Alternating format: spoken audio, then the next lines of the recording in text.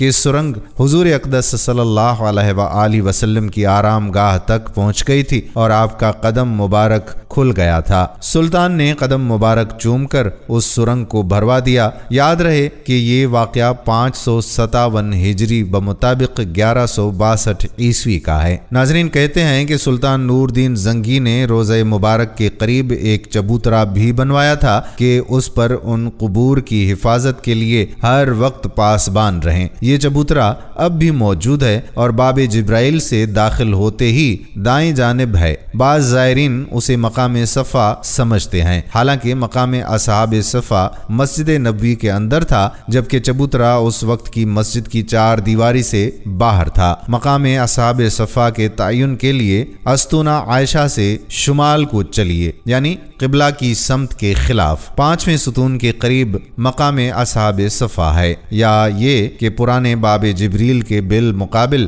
یہ مقام تھا۔ یاد رہے کہ وہاں اس وقت کوئی چبوترا نہیں۔ ناظرین، روایت یہ بھی بتاتی ہے کہ رسول اللہ صلی اللہ علیہ وآلہ وسلم اور ان کے صحابہ رضوان اللہ علیہم اجمعین حضرت ابوبکر اور حضرت عمر رضی اللہ تعالی عنہم کی قبور کی بے حرمتی کرنے کی کئی بار کوشش کی گئی۔ آپ تینوں مدینہ منورہ میں مسجد نبوی شریف میں دفن ہیں۔ دشمنوں نے بار بار کوشش کی کہ ان کے اجسام مبارک کو ان کی قبروں سے نکال لیا جائے تاکہ مسجد نبوی شریف اور مدینۃ المنورہ توجہ کا مرکز نہ رہے۔ آپ کو بتاتے چلیں کہ شیخ محمد عبدالحق محدث دہلوی نے اپنی کتاب تاریخ مدینہ میں 3 بڑی سازشوں کا ذکر کیا ہے۔ پہلی سازش ابن نجار نے اپنی کتاب بغداد کی تاریخ میں لکھا ہے کہ 386 ہجری سے 411 ہجری تک ایک فاطمی حکمران مصر کا بادشاہ تھا اور مدینہ منورہ اس کے زیر اثر تھا۔ اس حکمران کی سوچ اور کوشش یہ تھی کہ رسول اکرم صلی اللہ علیہ وآلہ وسلم اور ان کے 2 صحابہ کرام رضوان اللہ علیہم اجمعین کے اجسام مبارک کو مدینہ منورہ سے مصر منتقل کیا جائے۔ اس طرح لوگوں کی توجہ مدینہ منورہ کی بجائے مصر کی طرف مبذول ہو جائے گی۔ اس نے اس مقصد کے لیے مصر میں ایک نہایت شاندار عمارت تعمیر کی جس میں وہ ان اجسام کو رکھنا چاہتا تھا۔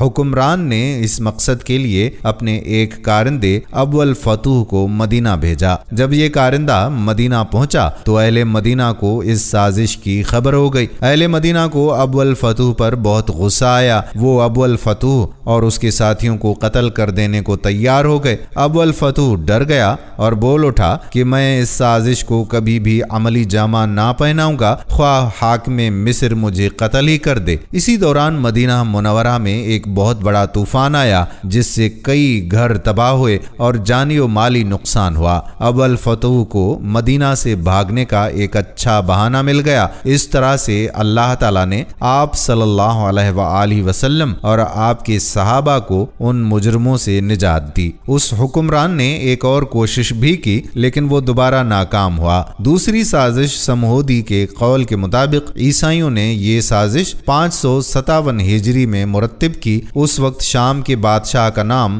سلطان نور الدین زنگی تھا اور راس کے مشیر کا نام جمال الدین اصفہانی تھا۔ ایک رات نور الدین زنگی نے رسول اللہ صلی اللہ علیہ وآلہ وسلم کو خواب میں 3 بار دیکھا۔ ہر بار آپ صلی اللہ علیہ وآلہ وسلم نے 2 آدمیوں کی طرف اشارہ کرتے ہوئے سلطان سے کہا کہ مجھے ان دونوں کی شرارت سے بچاؤ۔ اس رات نماز تہجد کے بعد سلطان نور الدین زنگی نے خواب میں دیکھا کہ رسول کریم صلی اللہ علیہ وآلہ وسلم نے 2 سرخی مائل رنگت کے آدمیوں کی طرف اشارہ کر کے سلطان سے کہہ رہے ہیں کہ مجھے ان کے شر سے بچاؤ۔ سلطان ہڑبڑا کر اٹھا، وضو کیا، نفل ادا کیے اور پھر اس کی آنکھ لگ گئی۔ دوبارہ وہی خواب دیکھا، اٹھا، وضو کیا، نفل پڑھے اور سو گیا۔ تیسری بار وہی خواب دیکھا، اب اس کی نیند اڑ گئی۔ اس نے رات کو ہی اپنے مشیر جمال الدین موصلی کو بلا کر پورا واقعہ سنایا۔ مشیر نے کہا کہ سلطان، یہ خواب 3 بار دیکھنے کے بعد آپ یہاں کیوں بیٹھے ہیں؟ اس کا لہٰذا اب کسی سے ذکر نہ کریں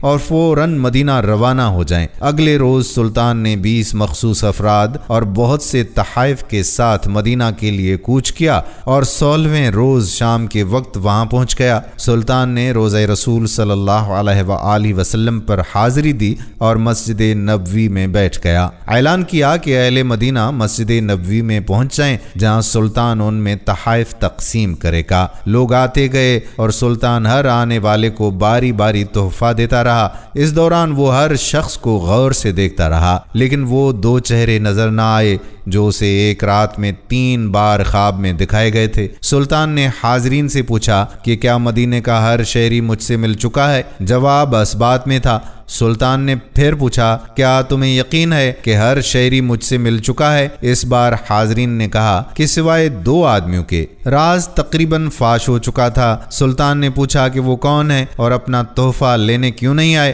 بتایا گیا کہ یہ مراکش کے صوم و صلوات کے پابند 2 متقی باشندے ہیں۔ دن رات رسول کریم صلی اللہ علیہ وآلہ وسلم پر درود و سلام بھیجتے ہیں اور ہر ہفتے مسجد قباء جاتے ہیں۔ فیاض اور مہمان نواز ہیں، کسی کا دیا نہیں لیتے۔ سلطان نے کہا کہ سبحان اللہ اور حکم دیا کہ ان دونوں کو بھی اپنے تحائف وصول کرنے کے لیے فوراً بلا لیا جائے۔ جب انہیں یہ خصوصی پیغام ملا تو انہوں نے کہا کہ الحمدللہ ہمارے پاس اللہ کا دیا سب کچھ ہے اور ہمیں کسی تحفے تحائف یا خیر خیرات کی حاجت نہیں۔ جب یہ جواب سلطان تک پہنچ گیا تو اس نے حکم دیا کہ ان دونوں کو فوراً پیش کیا جائے۔ حکم کی فوری تعمیل ہوئی۔ ایک جھلک ان کی شناخت کے لیے کافی تھی، تاہم سلطان نے اپنا غصہ قابو میں رکھا اور پوچھا کہ تم کون ہو؟ یہاں کیوں آئے ہو؟ انہوں نے کہا کہ ہم مراکش کے رہنے والے ہیں، حج کے لیے آئے تھے اور اب روضہ رسول صلی اللہ علیہ وآلہ وسلم کے سائے میں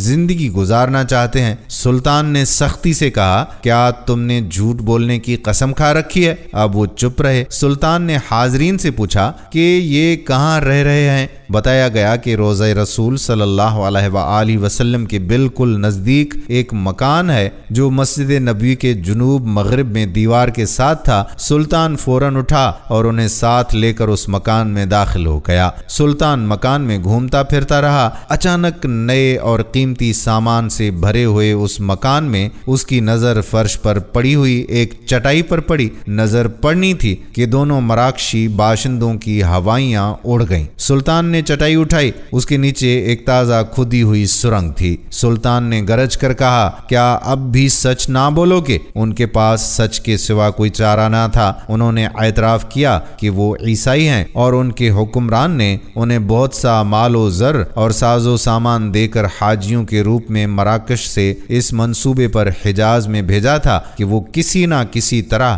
رسول اکرم صلی اللہ علیہ وآلہ وسلم کا جسد اقدس روضہ مبارک سے نکال کر لے آئیں۔ اس ناپاک منصوبے کی تکمیل کے لیے انہوں نے حج کا بہانہ کیا اور اس کے بعد روضہ رسول کے نزدیک ترین جو مکان کرائے پر مل سکتا تھا وہ لے کر اپنا مذموم کام شروع کر دیا۔ ہر رات وہ سرنگ کھودتے جس کا رخ روضہ رسول صلی اللہ علیہ وآلہ وسلم کی طرف تھا اور ہر صبح کھدی ہوئی مٹی چمڑے کے تھیلوں میں بھر کر جنت البقیع لے جاتے اور اسے قبروں پر بکھیر دیتے۔ انہوں نے بتایا کہ ان کی ناپاک مہم بالکل آخری مراحل میں تھی کہ ایک رات موسلا دھار بارش کے ساتھ ایسی گرج چمک ہوئی جیسے زلزلہ آ گیا ہو، اور اب جب کہ ان کا کام پایہ تکمیل کو پہنچنے والا تھا تو سلطان نہ جانے کیسے مدینے پہنچ گئے۔ سلطان نور الدین زنگی نے حکم دیا کہ ان دونوں کو قتل کر دیا جائے۔ روضہ مبارک کے گرد ایک خندق کھودی جائے اور اسے پگھلے ہوئے سیسے سے پاٹ دیا جائے تاکہ آئندہ کوئی بدبخت ایسی مذموم حرکت کے بارے میں سوچ بھی نہ سکے۔ تیسری سازش تبری نے اپنی کتاب الریاض النظرہ میں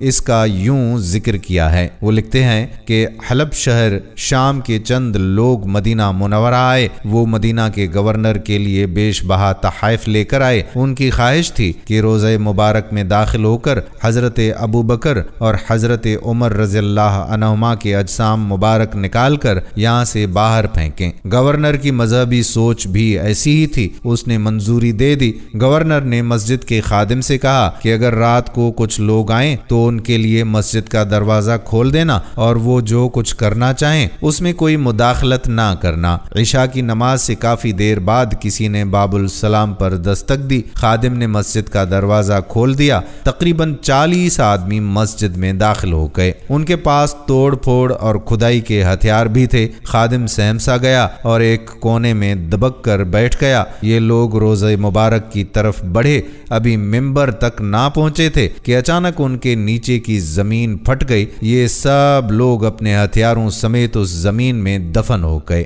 گورنر ان لوگوں کا بےتابی سے انتظار کرتا رہا۔ بالآخر خادم کو بلایا اور ان لوگوں کے بارے میں دریافت کیا۔ خادم نے اسے سارا واقعہ بتا دیا۔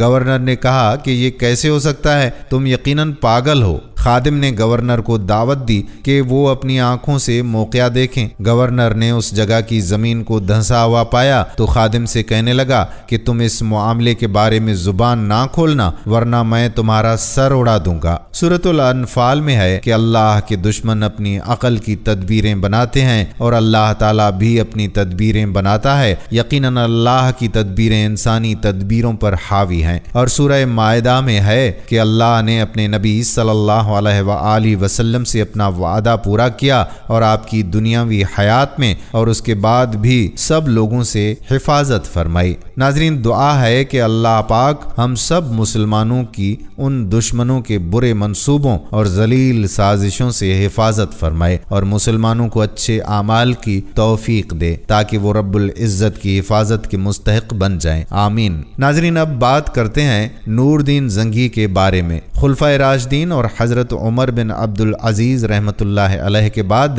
جن مسلمان حکمرانوں کی عظمت و کردار نے آسمان کی رفعتوں کو چھو لیا، ان میں سلطان نور دین محمود زنگی کا نام امتیازی حیثیت رکھتا ہے۔ اس کی عظمت کا اس سے بڑھ کر اور کیا ثبوت ہوگا کہ ہر دور کے مورخ، دوست اور دشمن سبھی نے نور دین زنگی کی شہرت عام کو ملحوظ خاطر رکھا۔ بعض مورخین نے خلفائے راشدین کے بعد تمام اسلامی حکمرانوں میں نور دین زنگی کو سب سے بہتر قرار دیا ہے۔ سلطان نور دین زنگی رحمت اللہ علیہ سلطنت کے بانی عماد الدین زنگی کا بیٹا تھا اور عماد الدین زنگی سلجوقی حکومت کی طرف سے شہر موصل کا حاکم تھا۔ جب سلجوقی حکومت کمزور ہو گئی تو اس نے زنگی سلطنت قائم کر لی اور عیسائیوں کو شکستوں پر شکستیں دیں، جس نے تاریخ میں بڑا نام پیدا کیا۔ نور دین زنگی فروری 1118 عیسوی میں پیدا ہوئے اور آپ رحمت اللہ علیہ نے 1146 عیسوی سے 1174 عیسوی تک 28 سال حکومت کی۔ آپ رحمت اللہ علیہ نے عیسائیوں سے بیت المقدس واپس لینے کے لیے پہلے ایک مضبوط حکومت قائم کرنے کی کوشش کی اور اس مقصد کو حاصل کرنے کے لیے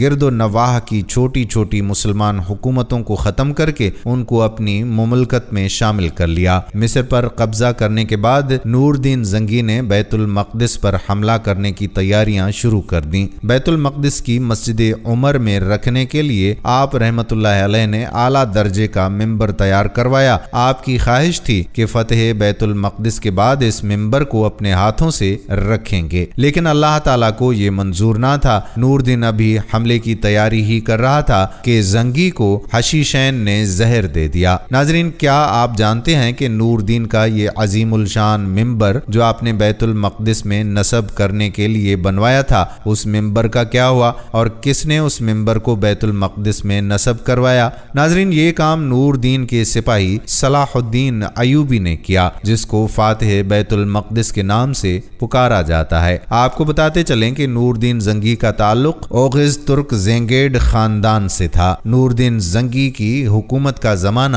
1146 سے 1174 عیسوی تک کا تھا، جو 3 دہائیوں سے بھی تھوڑے وقت کا زمانہ ہے۔ ناظرین، یاد رہے کہ تاریخ کی دوسری صلیبی جنگ اور اس کے بعد کی صلیبی جنگوں کا حملہ تاریخ کا ایک ہنگامہ خیز دور تھا۔ مذہبی جوش و جذبے کے حامی صلیبی حملہ آوروں نے بار بار مسلم سرزمین پر حملہ کیا اور دائیں بائیں اور درمیان والے علاقوں پر قبضہ کرنے کی کوششیں کی۔ البتہ اس موقع پر بہت سارے مسلم قائدین، حکمران اور مجاہدین اٹھے جنہوں نے تمام محاذوں میں صلیبیوں کے خلاف دفاع کی رہنمائی کی۔ آپ کو بتاتے چلیں کہ سلطان صلاح الدین کی طرح کا کردار صلیبی جنگوں کے آخری حصے میں مشہور ہے، لیکن بہت سارے تاریخی ہیروز ایسے بھی ہیں جن کو تاریخ دان نظر انداز کرتے ہیں۔ ایسا ہی ایک نام نور الدین زنگی کا بھی ہے۔ تاریخ بتاتی ہے کہ عماد الدین زنگی کی وفات کے مختصر وقفے کے بعد ان کے بیٹوں نور الدین اور سیف الدین نے ریاست کو آپس میں بانٹ لیا۔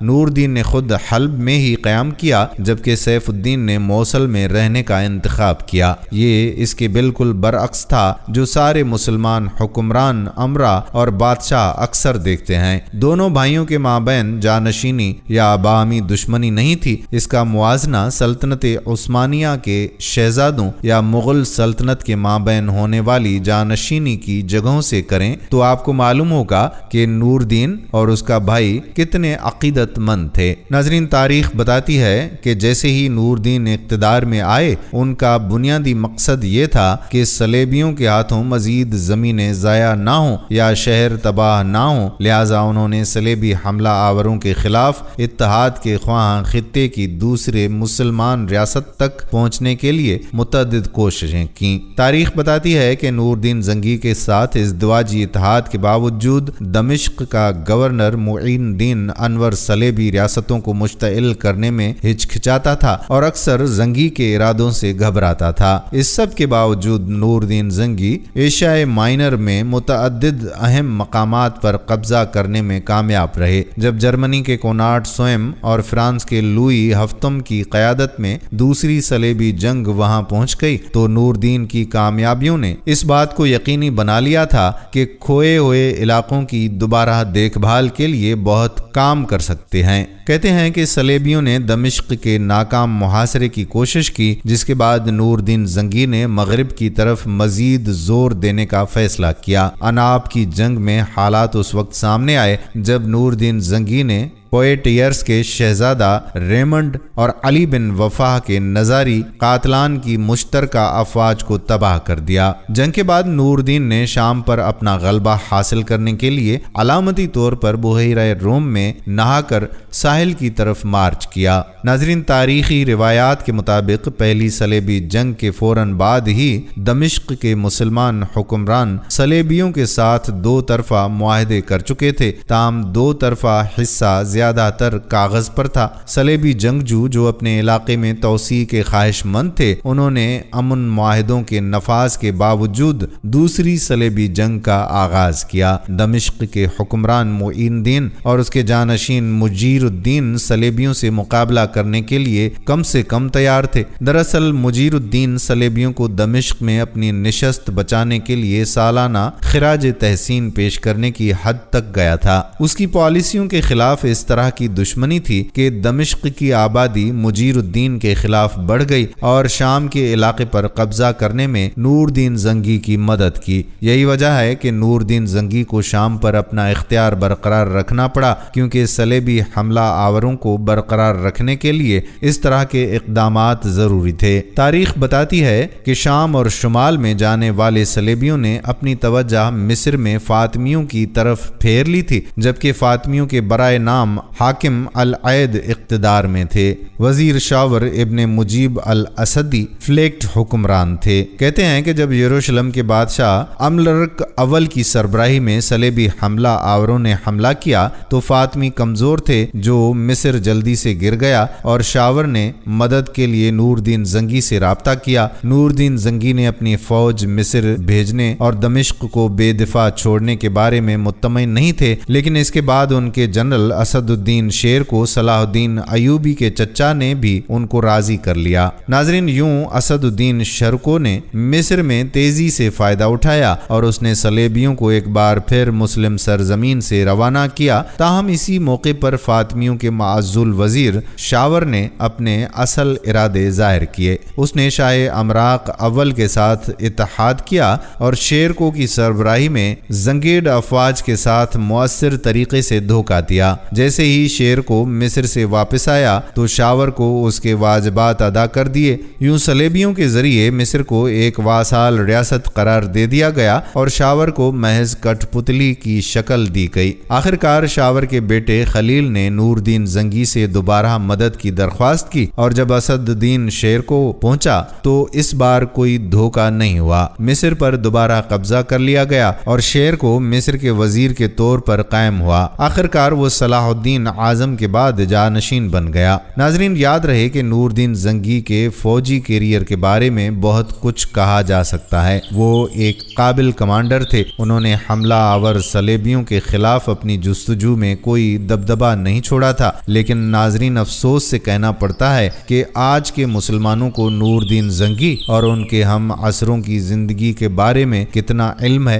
تاریخ اسلام کے ابتدائی قرون وسطی کی رہنما نے اسلام اور سماجی انصاف کے شعلے کو زندہ رکھنے کے لیے جس محنت سے کوششیں کیں وہ بھولے ہوئے ہیں۔ یاد رہے کہ نور الدین زنگی ایک عظیم شخصیت اور مثالی جرت اور پرہیزگاری کے حامل شخص تھے۔ اگر دیکھا جائے تو آج کے مسلمان نوجوانوں کو اپنی تاریخ میں جھانکنے کی فرصت ہی نہیں ملتی۔ آج بیت المقدس میں مسجد اقصیٰ کے ساتھ کیا کچھ ہو رہا ہے، فلسطین کے مسلمانوں پر کتنے مظالم ڈھائے جا رہے ہیں، لیکن مسلمان خاموش ہیں۔ کیا آپ نے سوچا ہے کہ اس خاموشی کا نقصان کیا ہوا ہے؟ ناظرین، اس خاموشی کا نقصان یہ ہوا ہے کہ اسلامی عہد زری کے علاقے شام اور عراق سے اسلامی تہذیب و ثقافت کو نیست و نابود کر دیا گیا ہے۔ اب آنے والی نسلیں کھنڈرات پر یہود و نصارہ کی نئی کنسٹرکشن کے امور دیکھیں گے۔ بابل اور نینوا کی وراثت کھنڈر بنا دی گئی۔ اب دجلہ اور فرات کے کنارے نیل کے ساحلوں تک نہ کوئی نور الدین زنگی ہے، نہ اس کا سپہ سالار اعظم اور نہ اس کا سپہ سالار صلاح الدین ایوبی اور نہ تاریخ داں ابن اسیر جزری۔ بیت المقدس حالت جنگ میں پہلے بھی تھا اور آج بھی ہے۔ 44 ملکوں کی اتحادی فوج محض محو تماشا ہے۔ یمن سوئے کھنڈر ہے، قطر، بحرین اور عرب برسر پیکار ہیں۔ یہاں تذکرہ کرتے ہیں مسجد نوری کا۔ یاد رہے کہ مسجد نوری کا نام موصل اور حلب کے مشہور ترک حکمران نور الدین زنگی کے نام پر رکھا گیا تھا، جنہوں نے اس مسجد کی تعمیر کا حکم سن 1172 عیسوی میں دیا تھا۔ اس کے 2 سال بعد نور الدین زنگی انتقال کر گئے تھے۔ یہی وہ مسجد تھی جہاں سے البغدادی نے خلافت کے فتنے کا اعلان کیا تھا۔ نور الدین زنگی کی بڑی وجہ شہرت یہ ہے کہ انہوں نے مختلف علاقوں کی مسلمان افواج کو یکجا کر کے عیسائی صلیبیوں کے خلاف جہاد کا پیغام دیا تھا۔ مسجد کے مینار کا بیرونی حصہ ایرانی طرز تعمیر کی ایک مثال تھا، جس میں اینٹوں کو اس انداز میں لگایا گیا تھا کہ سادہ اینٹیں بھی ایک خوبصورت نمونہ پیش کرتی تھیں۔ مینار کی چوٹی گنبد کی شکل میں تھی جس پر سفید پلستر لگا ہوا تھا۔ جب یہ مینار تعمیر کیا گیا تھا تو اس کی اونچائی 150 فٹ تھی، لیکن جب 14ویں صدی میں مشہور سیاح ابن بطوطہ کا موصل سے گزر ہوا تو انہوں نے دیکھا کہ مینار اس وقت بھی ایک جانب جھکا تھا۔ اس لیے اس وقت بھی اس مینار کو لوگ الحبدہ یا کوہان کے نام سے جانتے تھے۔ جہاں تک ماہرین کا تعلق ہے تو ان کا کہنا تھا کہ جھکاؤ کی وجہ اس علاقے میں شمالی مغرب سے چلنے والی ہوا ہے، اینٹوں پر جنوب سے پڑنے والی تیز دھوپ یا وہ کمزور جپسم ہے جو اینٹوں کے درمیان لگا ہوا ہے۔ ناظرین، آپ کو بتاتے چلیں کہ نور الدین زنگی کی شہرت کی بڑی وجہ یہ ہے کہ انہوں نے مختلف علاقوں کی مسلمان افواج کو یکجا کیا اور صلیبیوں کے خلاف جہاد کا پیغام دیا تھا۔ عیسائیوں سے بیت المقدس واپس لینے کے لیے سلطان نور الدین زنگی رحمۃ اللہ علیہ نے پہلے ایک مضبوط حکومت قائم کرنے کی کوشش کی اور اس مقصد کو حاصل کرنے کے لیے گرد و نواح کی چھوٹی چھوٹی مسلمان حکومتوں کو ختم کر دیا اور ان کو اپنی مملکت میں شامل کر لیا۔ شروع میں نور الدین زنگی کا دارالحکومت حلب تھا۔ 549 ہجری میں اس نے دمشق پر قبضہ کر کے اسے دارالحکومت قرار دے دیا۔ اس نے صلیبی ریاست انطاکیہ پر حملے کر کے کئی قلعوں پر قبضہ کر لیا اور بعد ازاں ریاست ایڈیسیا پر مسلمانوں کا قبضہ ختم کرنے کی عیسائیوں کی کوشش کو بھی ناکام بنا دیا۔ دوسری صلیبی جنگ کے دوران دمشق پر قبضہ کرنے کی کوشش کو بھی انہوں نے ناکام ناکام کر دیا تھا اور بیت المقدس سے عیسائیوں کو نکالنے کی راہ ہموار کر دی۔ یاد رہے کہ دوسری صلیبی جنگ میں فتح کی بدولت ہی مسلمان تیسری صلیبی جنگ میں فتح یاب ہو کر بیت المقدس واپس لینے میں کامیاب ہوئے۔ اس زمانے میں مصر میں فاطمی حکومت قائم تھی، لیکن اب وہ بالکل کمزور ہو گئی تھی، اور مصر چونکہ فلسطین سے ملا ہوا تھا اس لیے عیسائی اس پر قبضہ کرنا چاہتے تھے۔ یہ دیکھ کر نور الدین نے ایک فوج بھیج کر 564 ہجری میں مصر پر بھی قبضہ کر لیا اور فاطمی حکومت کا خاتمہ کر دیا۔ اپنے 28 سالہ دور اقتدار میں نور الدین نے نہ صرف دمشق پہ قبضہ کیا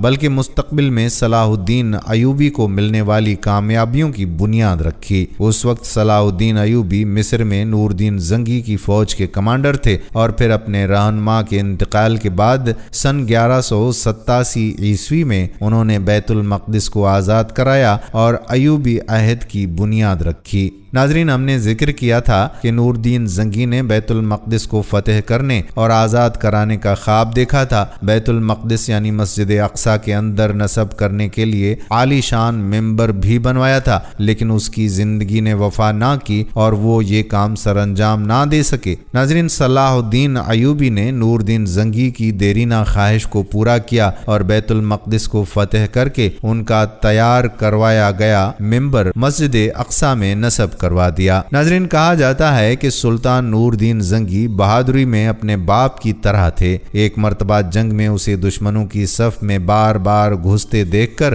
اس کے ایک مصائب قطب الدین نے کہا کہ اے ہمارے بادشاہ، اپنے آپ کو امتحان میں نہ ڈالیے، اگر آپ مارے گئے تو دشمن اس ملک کو فتح کر لیں گے اور مسلمانوں کی حالت تباہ ہو جائے گی۔ سلطان نور الدین زنگی نے یہ بات سنی تو اس پر بہت ناراض ہوا اور کہا کہ قطب الدین، زبان کو روکو، تم اللہ کے حضور گستاخی کر رہے ہو۔ مجھ سے پہلے اس دین اور ملک کا محافظ اللہ کے سوا کون تھا؟ میں نہیں ہوں گا تو اللہ کسی اور کو ذمہ داری سونپ دے گا۔ ناظرین، تاریخ بتاتی ہے کہ سلطان نور الدین زنگی نے شریعت کی خود پابندی کی اور اپنے ساتھیوں کو بھی پابند بنایا۔ انہیں دیکھ کر دوسروں نے تقلید کی، جس کی وجہ سے عوام میں اسلام پر عمل کرنے کا جذبہ پیدا ہو گیا اور لوگ خلاف شرع کاموں کے ذکر سے بھی شرمانے لگے۔ یاد رہے کہ سلطان نور الدین صرف ایک فاتح نہیں تھا بلکہ ایک شفیق حکمران اور علم پرور بادشاہ تھا۔ اس نے سلطنت میں مدرسوں اور ہسپتالوں کا جال بچھا دیا۔ اس کے انصاف کے قصے دور دور تک مشہور تھے۔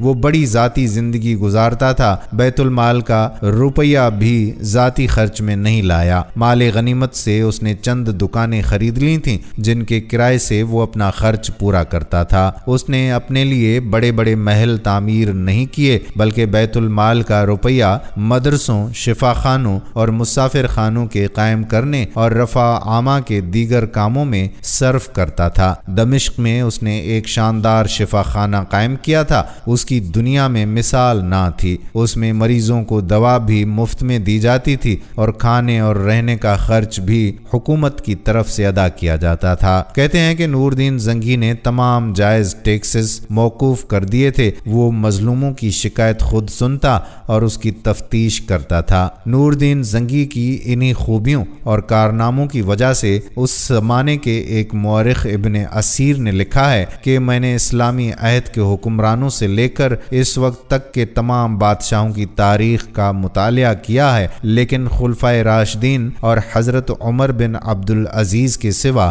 سلطان نور الدین زنگی سے زیادہ بہتر فرمانروا میری نظر سے نہیں گزرا۔ ناظرین، جہاں تک بات ہے سلطان نور الدین زنگی کی وفات کی تو کہا جاتا ہے کہ سلطان نور الدین زنگی ابھی بیت المقدس پر حملے کی تیاریاں ہی کر رہے تھے کہ سلطان کو حشاشین نے زہر دے دیا۔ گلے میں سوزش پیدا ہو گئی جو کہ ان کی موت کا باعث بنی اور 15 مئی 1174 عیسوی کو ان کا انتقال ہو گیا۔ انتقال کے وقت نور الدین کی عمر 58 سال تھی۔ اللہ تعالیٰ سے دعا ہے کہ اللہ تعالیٰ سلطان نور الدین زنگی کی قبر پر اربوں خربوں رحمت نازل فرمائے، آمین۔ ناظرین، آج بھی سرزمین بیت المقدس کسی نور الدین زنگی زنگی اور صلاح الدین ایوبی کی انتظار میں ہیں، لیکن سوچنے کی بات یہ ہے کہ آج کی مائیں نور الدین زنگی پیدا کیوں نہیں کر رہی ہیں؟ ہماری نسل سے جذبہ ایمان اور جذبہ جہاد کیوں ختم ہو گیا؟ اس حوالے سے ایک استاد اور شاگرد کی کہانی آپ کو بتاتے ہیں کہ جو اس طرف اشارہ کرتی ہے کہ کوتاہی کہاں پر ہے۔ ناظرین، ایک استاد بتاتے ہیں کہ 6 یا 7ویں جماعت کا کمرہ تھا اور میں کسی ٹیچر کی جگہ کلاس لینے چلا گیا۔ تھکن کے باوجود کامیابی کے موضوع پر طلباء کو لیکچر دیا اور پھر ایک سے سوال کیا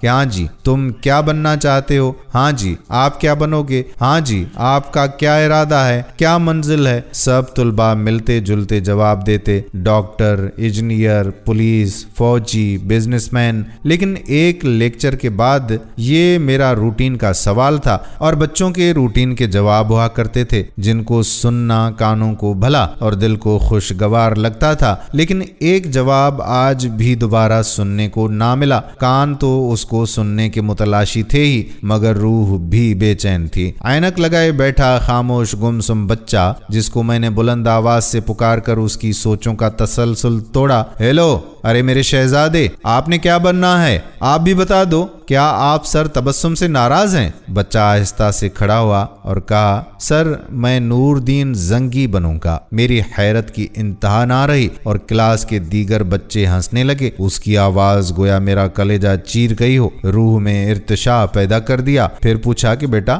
آپ کیا بنو گے؟ جواب دیا، سر میں نور الدین زنگی بادشاہ بنوں گا۔ ادھر اس کا جواب دینا تھا، ادھر میری روح بے چین ہو گئی، جیسے اسی جذبے کی اسی آواز کی تلاش میں اس شعبہ تدریس کو اپنایا ہو۔ میں نے پوچھا، بیٹا آپ ڈاکٹر، فوجی یا انجینئر کیوں نہیں بنو گے؟ وہ کہنے لگا، سر امی نے بتایا کہ اگر میں نور الدین زنگی بنوں گا تو مجھے نبی کریم صلی اللہ علیہ وآلہ وسلم کا دیدار ہوگا۔ جو لوگ ڈنمارک میں ہمارے پیارے نبی صلی اللہ علیہ وآلہ وسلم کی شان میں گستاخی کر رہے ہیں ان کو میں زندہ نہیں چھوڑوں گا۔ اس کے ساتھ ساتھ اس بچے کی آواز بلند اور لہجے میں سختی آ رہی تھی۔ اس کی باتیں سن کر میرا جسم پسینے میں شرابور ہو گیا۔ ادھر کلاس کے اختتام کی گھنٹی بجی اور میں روتا ہوا باہر آیا۔ ناظرین، اصل بات یہ ہے کہ آج ماؤں نے نور الدین زنگی پیدا کرنے چھوڑ دیے ہیں اور اساتذہ نے نور الدین زنگی بنانا۔ سلام ہے اس ماں کو جس نے اپنے بیٹے کو نور الدین زنگی کا تعارف کروایا تھا، جس کا تذکرہ آپ نے سنا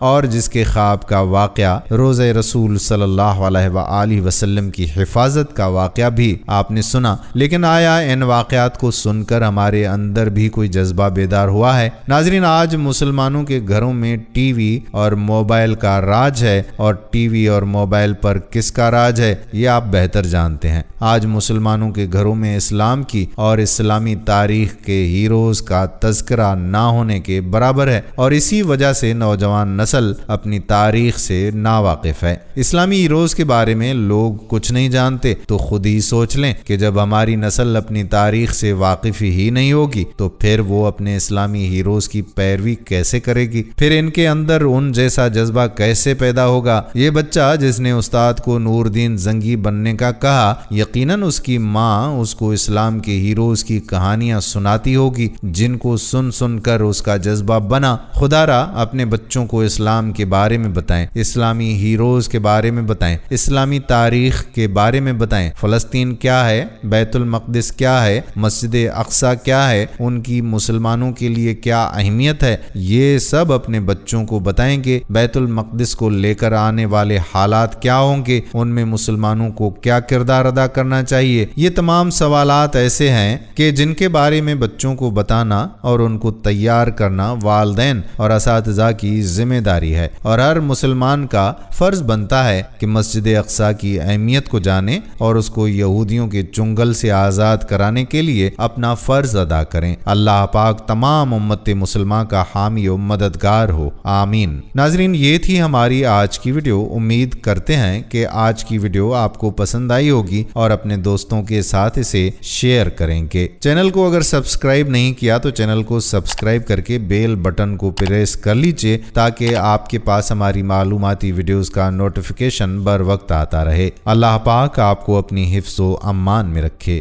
آمین۔ فی امان اللہ۔